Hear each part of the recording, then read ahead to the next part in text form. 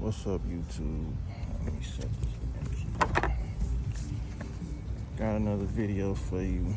It pertains to the park and brake, the actuator on the 2013 or 2016 to 2020 Ford Fusion. Ford Fusions. I guess the base model titanium, platinum, whatever with the park and brake actuator, the malfunction problem that popped up on your dashboard. Well, yeah, on the dash or whatnot, the park flashing brake light on the dash. Okay, so would have helped if the car was still here, but usually they say it's it's either two issues. It's either one with one of the connectors that's in the back right there by the brake caliper, or the one by the kick panel. Now, if the connector by the kick panel ain't never been like took loose before, carpet move, whatever, it's probably not that. More than likely, it's not that connector. It's probably one in the back that go to this jumper wire that go from the park and brake actuator to the connector that goes to the wires that go up to the front kick panel or whatnot. They go to the ABS module. So this is the end right here that goes into the parking brake, the actuator, the parking brake motor. You know, emergency park brake motor. You know, you got to do the maintenance mode for when you do your rear brakes on those. And this is the end that goes into the connector that leads, like I said, leads to the front kick panel, to the ABS module. Now, a lot of, as you can see, this the old jumper wire. I had to order another one from a Ford dealership. I'm trying to see if I can show y'all the part number for this thing. See if y'all can see it.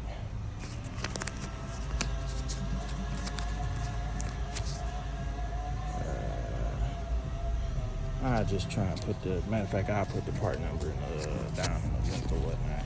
So, whatever, look up the part number for it, because it's kind of a bitch to kind of find it if you don't know how to really look up parts like that. But like I said, this end right here, this is the end that gets all the like dirt and dust and whatever, and sometimes it'll get not this exactly this part, but the other end, the actual connector that this goes into. You can look in the other video. I'm showing my other video showing how to change the actual brake actuator. You'll see exactly what I'm talking about. But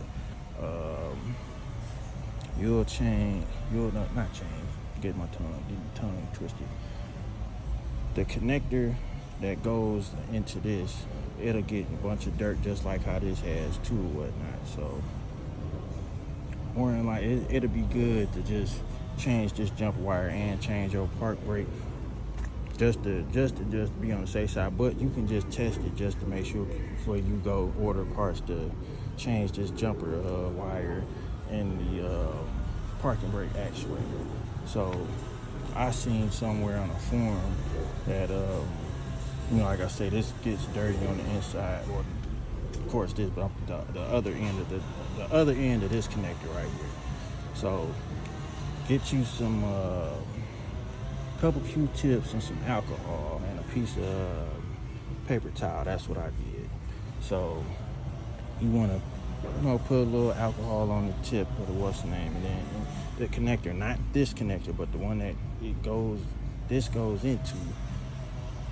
Get you a little alcohol, get some Q-tip, like, smooth it out, make it pointy, then clean it with the alcohol on the tip of the Q-tip, and both the little slots, because you can see it's two prongs here, so it's gonna be two slots on the other end of the connector that this goes into, and you just go in there, clean it a little bit, blow it out if you got a little tool in the shop, whatever, a little blow, whatever, or just whatever with your breath, blow it out. You'll clean them to the female ends of this part of the connector, not this connector, but the other connector, the connection, whatever, and clean them out. Then get the little, the paper towel, the dry paper towel, and make it pointy and clean that out so it won't be wet. So once you connect this back into the connector, then it won't be catch nothing on fire or nothing. But yeah, so once you do that, put your brake caliper and everything back on, tighten everything. Now my other videos tell you what size star head socket to use and whatnot. Take the procedure to take off your caliper and whatnot and everything. And if you have it will help you if you have a diagnostic tool that has that can look up, that can diagnose your ABS thing, and it can put the car in the maintenance mode and do the apply and pressure test. Just run the diagnostic on the module. Then once you see if it's still throwing up the park brake motor and enable, I forgot the number of the code, but you'll see it if you, like I said, if you got the diagnostic tool. So once you get the codes there, clear the codes out, then go to where you do the apply pressure test, the apply pressure test for your brake pads and whatnot. Run the test and listen for whichever side that you replacing you had to replace or do the process I just told you.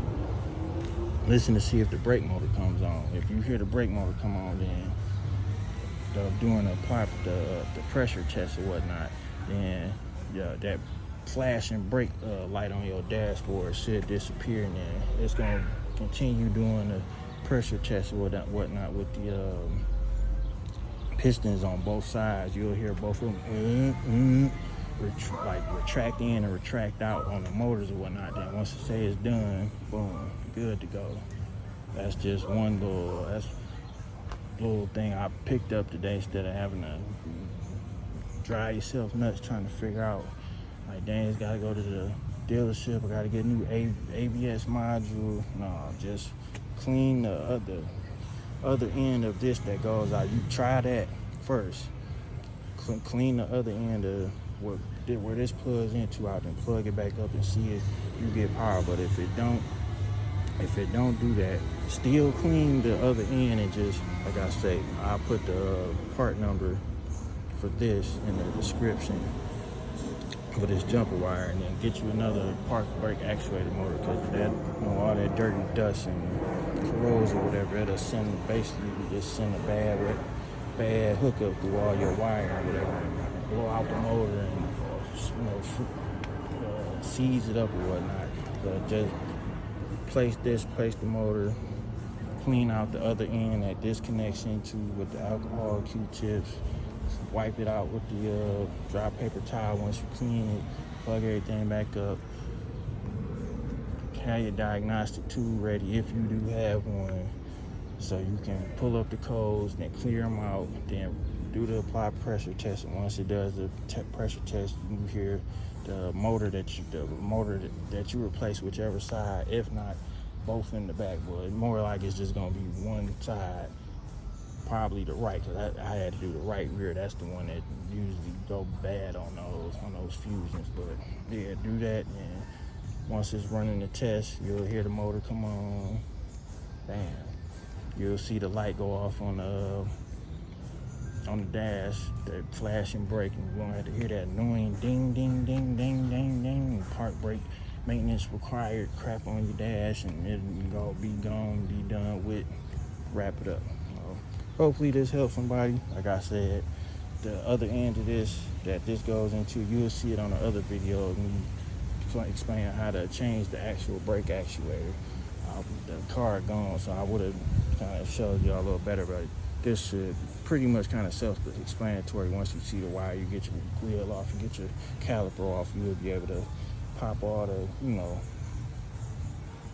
little tabs and everything off, to take the wire off, to be loose, so you ain't got to be tugging and mess up, yank no wire out, yank the wire, messing up the wires or anything. And be good to go. All right, YouTube.